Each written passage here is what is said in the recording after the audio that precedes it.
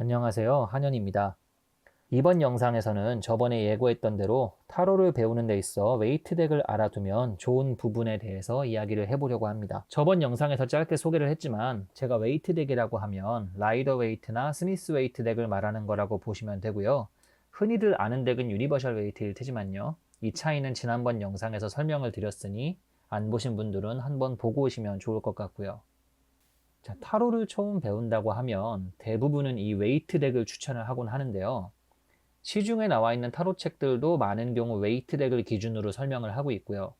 그렇다 보니 타로에 대해서 처음 입문하는 사람들은 웨이트 덱이 마치 교과서인 것처럼 인식하게 되는 경우가 대부분입니다.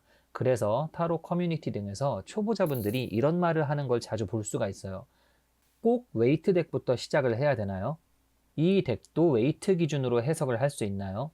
제가 그림이 너무 예뻐서 주로 사용하고 싶은 덱이 있는데 그래도 웨이트는 한번 배워두긴 해야겠죠? 뭐 이런 질문들 말이죠. 이제 막 배우기 시작하는 사람들도 자료를 조금 찾아보다 보면 뭔가 웨이트 덱 하면 왠지 기본으로 알아둬야 될 것 같고 뭐 그런 인식이 있는 거라고 봐야겠죠. 그런데 사실 웨이트 덱은 저번 영상에서도 말했듯이 그냥 수많은 타로 덱 중에 하나일 뿐입니다. 그런데 이렇게 타로에 마치 무슨 대명사처럼 여겨지게 된 데는 분명히 덱 자체의 완성도도 어느 정도 있겠지만 시대를 잘 타고났다고 밖에 할 수 없는 부분도 분명히 있어요.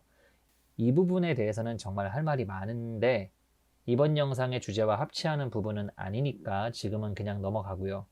자, 아무튼 이렇다 보니 수많은 덱들이 웨이트 덱의 영향을 받게 된 건 사실이에요.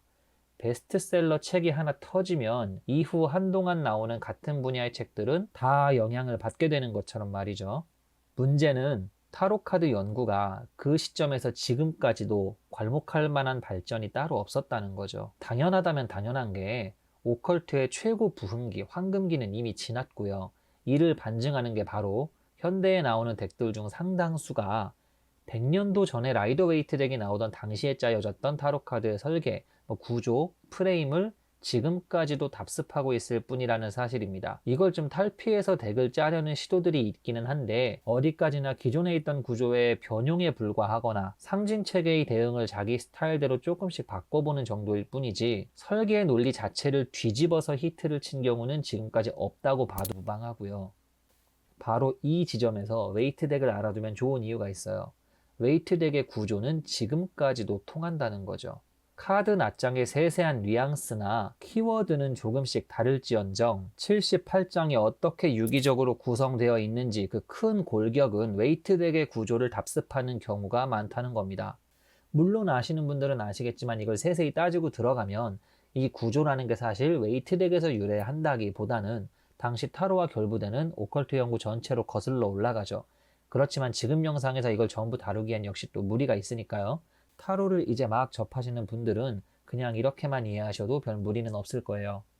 타로를 그냥 카드 한 장마다 그림 보고 뜻 외우고 이렇게 공부하시면서 모든 덱을 따로따로 파실 거면 모르겠습니다만 타로의 시스템을 구조적으로 이해를 하고 싶다면 웨이트 덱의 이해가 도움이 됩니다.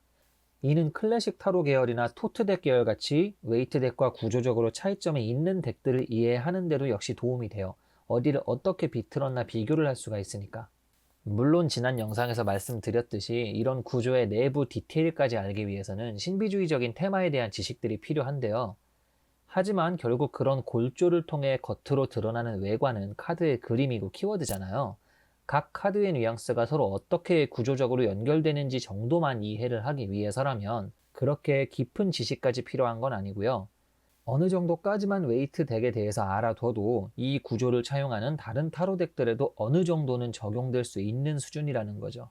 결론은 많은 덱에 두루 통용되는 공통 분모가 되는 타로의 구조가 웨이트 덱에 있다. 그래서 이를 어느 정도라도 익혀둔다면 이런 공통 분모를 같이 하는 대부분의 타로에도 얼마간은 적용할 수 있는 보편성을 갖추게 된다는 거죠.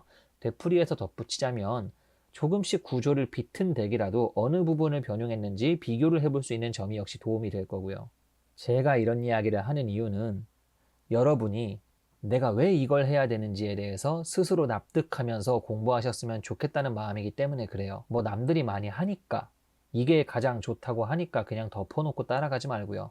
만약 그렇게 공부하시길 원했으면 제가 이런 영상 찍기보다는 그냥 카드 뜻 쭉 알려주고 외우시라고 했을 겁니다. 제가 실전에서 쓰는 키워드도 막 집어넣어가면서 이런 카드 나오면 이런 사례가 있다. 이런 사례에서는 이런 카드 조합들이 많이 나온다. 뭐 이렇게.